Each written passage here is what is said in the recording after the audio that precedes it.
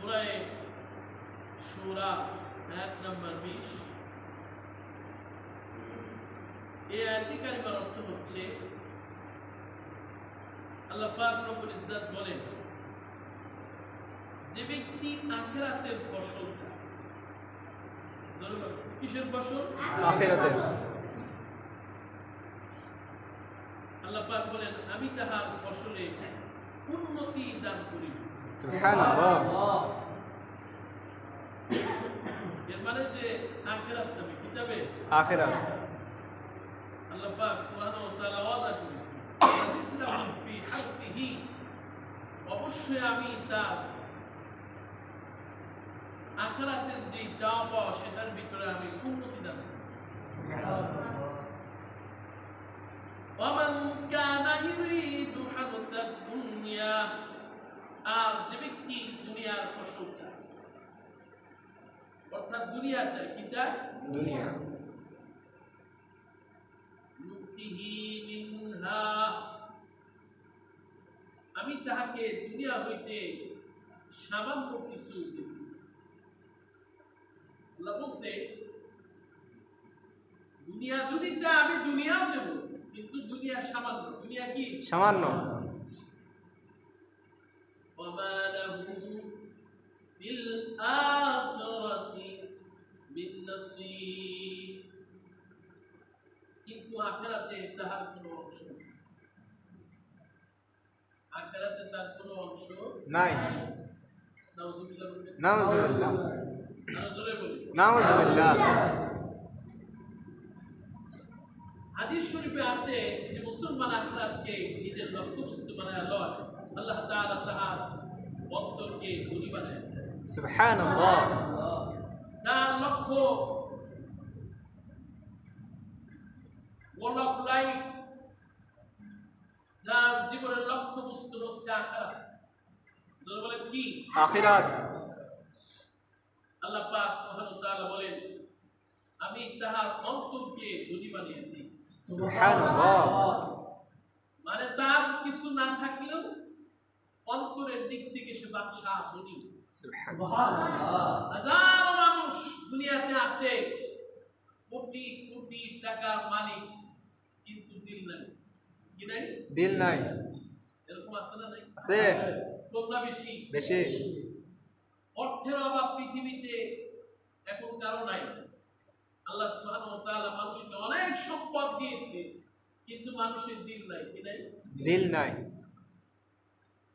যে ব্যক্তি আখিরাতকে জীবনের লক্ষ্যবস্তু বানায়, এবারে মান কানা লিল্লাহি ফালাহু কুন, এর দোস্তের আগেও আমি অনেকবার বলছি, আখিরাত লক্ষ্যবস্তু মানে এখানেও বলার উদ্দেশ্য এটা না, এটা বোঝায় নাই যে দুনিয়া ছাইরা দিয়ে। দুনিয়া কি? এর ভাই দুনিয়া ছাইরা দিয়ে বলছে না।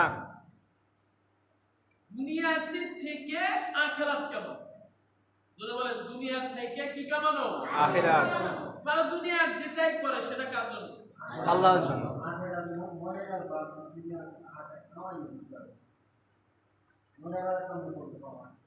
এখন যে কামাচ্ছে এটা হয়তো দুনিয়ার অ্যাকাউন্টে জমা হয় অথবা আখিরাতের অ্যাকাউন্টে, ঠিক কি না?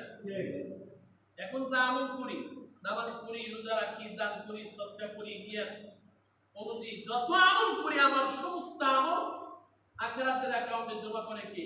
আল্লাহ। জোরে বলেন কে? আল্লাহ। ওটা আর কি। এবং দুনিয়া অপদস্থ হয়ে তাহার নিকট হাজির হবে। তাহলে যে ব্যক্তির লক্ষ্য হলো আখিরাত, লক্ষ্য কি? আখিরাত। বলছে আল্লাহ সুবহানাহু ওয়া তাআলা বলছে বিশ্বনবীর মাধ্যমে, পুরা দুনিয়া অপদস্থ হয়ে ওই ব্যক্তির পায়ের তলে হাজির হয়েছে।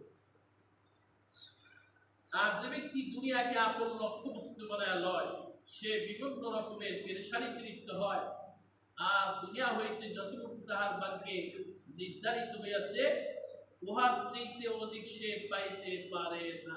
ঠিক কিনা? ঠিক। এখানে আমাদের লক্ষ্যবস্তু বানাইতে হবে কি? জোরে বলেন কি? আখিরাত।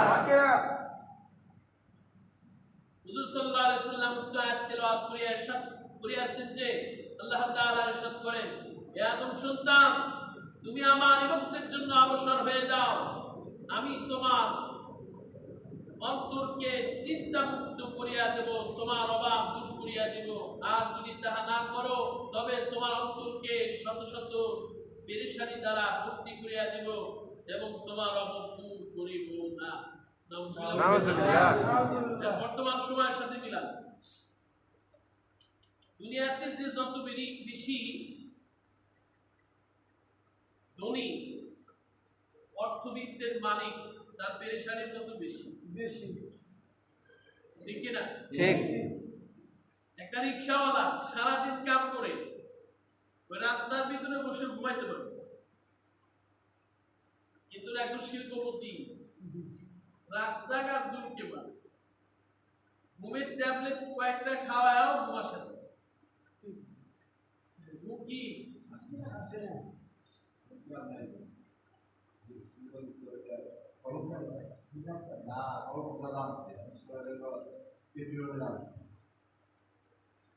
এখন আসেন, এই আয়াতে যেটা বলছে হয়তো দুনিয়া নয় আখিরাত, হয়তো দুনিয়া নয় কি আখিরাত। শুধু দুনিয়া, যেটা বিপদ, যেটা কি বিপদ। কারণ দুনিয়া চাইলে আখিরাত শেষ। আবার শুধু আখিরাত চায়া যদি দুনিয়ার সবকিছু ছাইরা মসজিদে বসে তাহলে হ্যাঁ দুনিয়া শেষ, তার দুনিয়া কি শেষ। অনেক একজন বড় আল্লাহ বলেছে, দুই ভাই, এক ভাই কামাই করে আর এক ভাই ইবাদত করে, জিকির করে, মসজিদে থাকে, কামও করে না, কিচ্ছু করে না। আল্লাহ বলে জিজ্ঞেসে যে তুমি কি করো? আমি ইবাদত করি। কি করি? ইবাদত করি। তাহলে তোমার খাওয়া দাওয়ার ব্যবস্থা কি করে? আমার ভাই। আমার কি ভাই। তাহলে তোমার ভাইয়ের তো সবচেয়ে বড় ইবাদত। সুবহানাল্লাহ বলবেন না? তাহলে তোমার চেয়ে তোমার ভাই সবচেয়ে বেশি কি করে? ইবাদত করে। কারণ তোমার খাওয়া, তোমার পরিবারের খাবার, এর খাবার, সবার খাবার ব্যবস্থা সে করতেছে আর তুমি বসে বসে খাচ্ছ। তাহলে তোমার চেয়ে বেশি সব কে কামাচ্ছে? সে। তোমার ভাই। তোমার কি ভাই? এখানে দেখেন ইসলাম কত সুন্দর। ইসলাম বলছে লা রাহবানিয়াতা ফিল ইসলাম, ইসলামের ভিতরে বৈরাগ্যতা নাই। যে দুনিয়ার সবকিছু ছেড়ে শুধু মসজিদে এসে নামাজ পড়বেন, জিকির করবেন, আল্লাহ আল্লাহ করবেন। ইসলাম ব্যালেন্স। নামাজ শেষ বা মাঠে নামে পড়ো। মাঠে কি দেখেন এখানে আল্লাহ রাব্বুল ইজ্জাত শিখায় দিয়েছে, বলেন রব্বানা আতিনা ফিদ দুনিয়া হাসানাতাও ওয়া ফিল আখিরাতি হাসানাতাও ওয়া কিনা আযাবান নার। আল্লাহ সুবহানাহু ওয়া তাআলা মুমিন বান্দাদেরকে দুনিয়া এবং আখিরাত উভয়টাই চাইতে বলেছে। সুবহানাল্লাহ বলবেন না? সুবহানাল্লাহ। শুধু দুনিয়া চায়, শুধু কি দুনিয়া, ওরা শেষ। কিন্তু আল্লাহর কাছে আমরা দুনিয়াও চাই, জোরে বলেন দুনিয়াও চাই, আখিরাতও চাই, দুটোটাই চাই। জোরে বলেন কি চাই? কিন্তু দুনিয়াটা আমরা আখিরাত বানাই ইনশাআল্লাহ। ইনশাআল্লাহ। নিয়তের দ্বারা। কিসের দ্বারা? নিয়তের দ্বারা। জোরে বলেন কিসের দ্বারা? নিয়তের দ্বারা। ধরেন আমি বাজারে যাব, কই যাব? বাজারে। আর বাজারে তো যেতেই হবে। আমি যদি বিসমিল্লাহ বলে সুন্নত অনুযায়ী রাস্তার ডান দিক দিয়ে হাইটে হাইটে যাই, তাহলে আমার বাজারে যাওয়াটাও সওয়াব আর ইবাদতে পরিণত হবে। সুবহানাল্লাহ। জানালা কাটছে, জানালা খোলার ভিতরে নিয়াত করছেন, বাতাসও আসবে, আজানও শোনা যাবে। বাতাসও আসবে, আজানও শোনা যাবে। কিন্তু নিয়াত করছেন আজানের। কিসের? তাহলে আজানের নিয়াত করে জানালা খুলে বাতাস আসবে না। দোস্ত এখন আপনার এই দুনিয়াটা জানালা কাটা একটা ছিল দুনিয়া, এখন আখিরাতের সওয়াবের বান্দা হবে। সুবহানাল্লাহ। দোস্ত এরকম সব কাজ আপনি খাচ্ছেন, খাওয়ার ভিত্তি কোনো ইবাদত নাই, আছে? নিজের জন্য, কার জন্য? নিজের জন্য।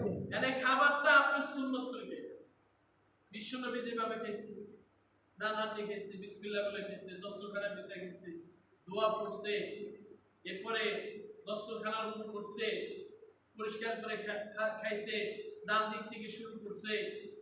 এই সুন্নতগুলো আদায় করে খান আর নিয়ত করেন যে আমি এই খাবার খেয়ে আল্লাহ তোমার ইবাদত করব, নামাজ পড়ব।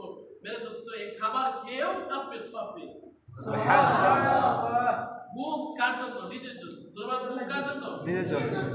এনে ঘুমানোর সময় আপনি সুন্নত তরিকা ঘুমাইলেন, ওযুর সাথে ঘুমাইলেন, ডান কাঁধে ঘুমাইলেন, ঘুমের দোয়া পড়লেন, এরপরে 3 তাসবিহ পড়লেন, জিকিরের সাথে ঘুমাইলেন, কালেমা পড়লেন, ঘুম থেকে উঠে আলহামদুলিল্লাহ বললেন, কালেমা পড়লেন, ঘুমের দোয়া পড়লেন, আর নিয়াত করলেন যে আল্লাহ আমি ঘুম থেকে উঠে তোমার নামাজ পড়ব, এই ঘুমের আরামের মাধ্যমে আমি রাহাত, শান্তি, প্রশান্তি পাওয়ার পরে তোমার ইবাদত করব। মেরে দোস্ত, আপনার ঘুমটা ইবাদত হয়ে যাবে। সুবহানাল্লাহ। তাহলে মেরে দোস্ত, এইভাবে যদি নিয়াত করি সবকিছু ইবাদত, সবকিছু কি ইবাদত। ঠিক কি না? ঠিক। এই জন্য মেরে দোস্ত, আমরা দুনিয়ার সমস্ত জিনিসের ভিত্তিতে নিয়াত কার? আল্লাহর। জোরে বলেন কার? আল্লাহর।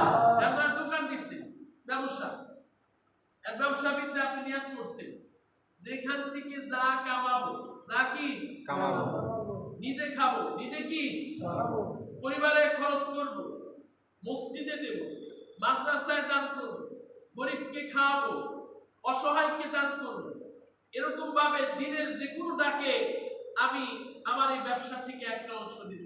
এর দোস্ত, আপনার দোকান, এই যে ব্যবসা বাণিজ্য, পুরাটা ইবাদত হয়ে যায়। সুবহানাল্লাহ।